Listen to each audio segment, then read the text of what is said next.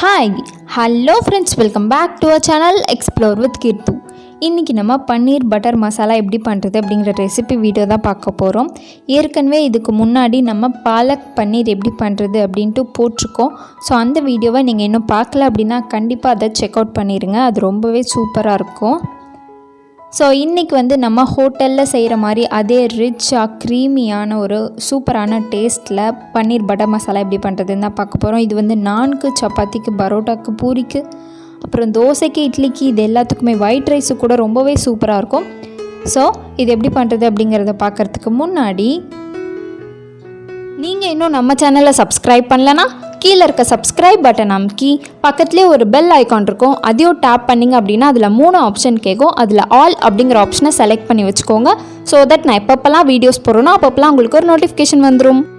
First நமக்கு தேவையான ingredients என்னென்னங்கிறத பார்த்துடலாம். இதுக்கு நான் 2 மீடியம் சைஸ் வெங்காயத்தை சின்ன சின்ன பீஸாக கட் பண்ணி வச்சுருக்கேன்.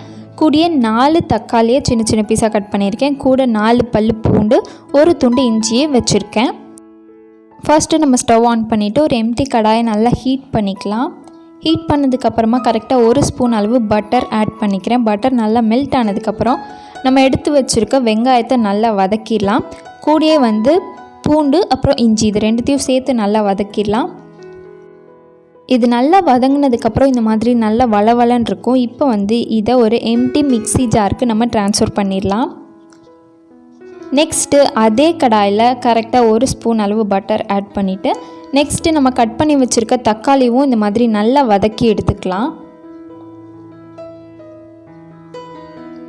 நீங்கள் தக்காளியை கொஞ்சம் சின்ன சின்னதாக கட் பண்ணிங்க அப்படின்னா அது சீக்கிரமாக வதங்கிடும்.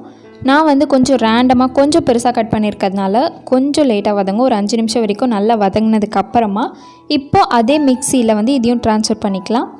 இப்போ இது எல்லாத்தையும் நல்லா அரைச்சி எடுத்துக்கலாம்.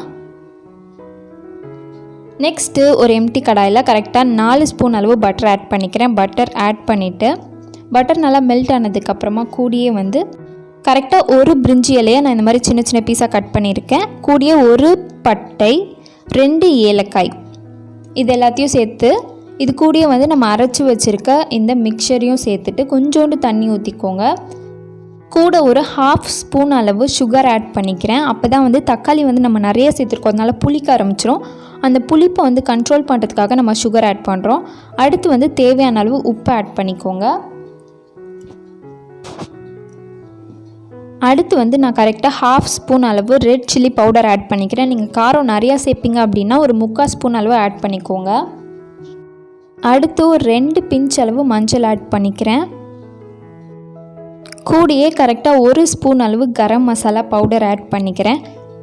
ஸோ அவ்வளோதான். இது எல்லாத்தையுமே நல்லா ஆட் பண்ணி நல்ல ஒரு மிக்ஸ் கொடுத்துருங்க. நல்லா மிக்ஸ் பண்ணிவிட்டு ஒரு 2 மினிட்ஸ் கரெக்டாக கொதிக்க வைங்க. இந்த மாதிரி கொதிக்கிற டைமில் உங்களுக்கு தேவையான அளவு தண்ணி ஆட் பண்ணிக்கோங்க. நான் கரெக்டாக 1.5 கப் ஆட் பண்ணியிருக்கேன். ஸோ தண்ணி கொதிச்சிட்ருக்க அந்த கேப்பில் நம்ம பன்னீரை கட் பண்ணி வச்சுக்கலாம் நமக்கு தேவையான ஷேப்ஸில். இது ஹோம்மேட் பன்னீர் தான். இந்த ஹோம்மேட் பன்னீர் எப்படி பண்ணோம் அப்படிங்கிற வீடியோ நம்ம ஆல்ரெடி போட்டிருக்கோம். ஸோ அதையும் ஒரு தடவை செக் அவுட் பண்ணிடுங்க. மேலே ஐகார்ட்ஸில் லிங்க் கொடுக்குறேன். ஸோ ஒரு 5 மினிட்ஸ் நல்லா கொதித்ததுக்கப்புறம் தண்ணி ஆட் பண்ணதுக்கப்புறம் ஒரு 5 மினிட்ஸ் நல்லா கொதிக்க வைங்க. கொதிக்க வச்சதுக்கப்புறமா நம்ம எடுத்து வச்சுருக்க பன்னீரை இந்த மாதிரி உள்ளே ஆட் பண்ணிக்கலாம். நம்ம பன்னீர் ஆட் பண்ணிவிட்டு அடுத்து நான் கரெக்டாக 1 ஸ்பூன் அளவு இது கேஷ்யூ நட்ஸ் இருக்கு இல்லையா, அதோட பவுடர் அதை நல்லா கொரன்னு அரைச்சி வச்சுருக்கேன். கூடிய 1 ஸ்பூன் அளவு பட்டர் ஆட் பண்ணி கடைசியாக ஒரு தடவை மிக்ஸ் பண்ணி விட்டுருங்க. நீங்கள் இந்த கேஷ்யூ நட்ஸ்க்கு பதிலாக ஃப்ரெஷ் க்ரீம் கூட ஆட் பண்ணிக்கலாம். ஸோ இந்த மாதிரி ஒரு 2 மினிட்ஸ் நல்லா கொதிச்சாலே போதும். 2 மினிட்ஸ் நல்லா இந்த மாதிரி கொதிக்க விட்டதுக்கப்புறமா நம்ம ஸ்டவ்வை ஆஃப் பண்ணிடலாம். இப்போ ஒரு சர்விங் பவுலில் நம்மளோட பன்னீர் பட்டர் மசாலாவை சர்வ் பண்ணிடலாம். நல்லா சூடாக சர்வ் பண்ணால் சூப்பராக இருக்கும்.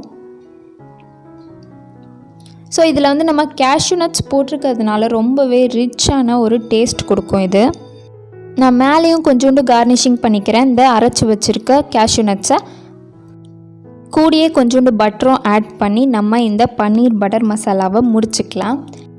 ஸோ இந்த ரெசிபி வந்து ரொம்பவே ரிச்சாக க்ரீமியாக ரொம்ப டேஸ்ட்டாகவும் இருக்கும். நான் ஆல்ரெடி சொன்ன மாதிரி இது வந்து நான் கூட, சப்பாத்தி கூட, பரோட்டா கூட, பூரி கூட, ரைஸ் கூட, இட்லி கூட, தோசை கூட, இந்த மாதிரி எல்லாத்துக்கூடயுமே வந்து ஒரு சூப்பரான காம்பினேஷனாக இருக்கும். ஸோ கண்டிப்பாக நீங்கள் இந்த ரெசிபியை ட்ரை பண்ணி பார்த்துட்டு எனக்கு கீழே கமெண்ட்டில் சொல்லுங்கள் எந்த மாதிரி வந்துச்சு அப்படின்ட்டு. ஸோ இந்த ரெசிபி உங்களுக்கு யூஸ்ஃபுல்லாக இருக்கும் நான் நம்புகிறேன். யூஸ்ஃபுல்லாக இருந்துச்சுன்னா கீழே இருக்க சப்ஸ்கிரைப் பட்டன் அமைக்கி சப்ஸ்கிரைப் பண்ண மறக்காதீங்க. அண்ட் நிறைய பேர் நம்ம சேனலை சப்ஸ்கிரைப் பண்ணாமலே பார்த்துட்ருக்கீங்க. ஸோ அவங்களாம் ஒரு செகண்ட் டைம் எடுத்து சப்ஸ்கிரைப் பண்ணிட்டீங்க அப்படின்னா இந்த மாதிரி நிறையா கண்டென்ட் கொடுக்கறதுக்கு எனக்கு ஒரு நல்ல மோட்டிவேஷனாக இருக்கும். ஸோ சப்ஸ்கிரைப் பண்ணிவிட்டு பாருங்கள்.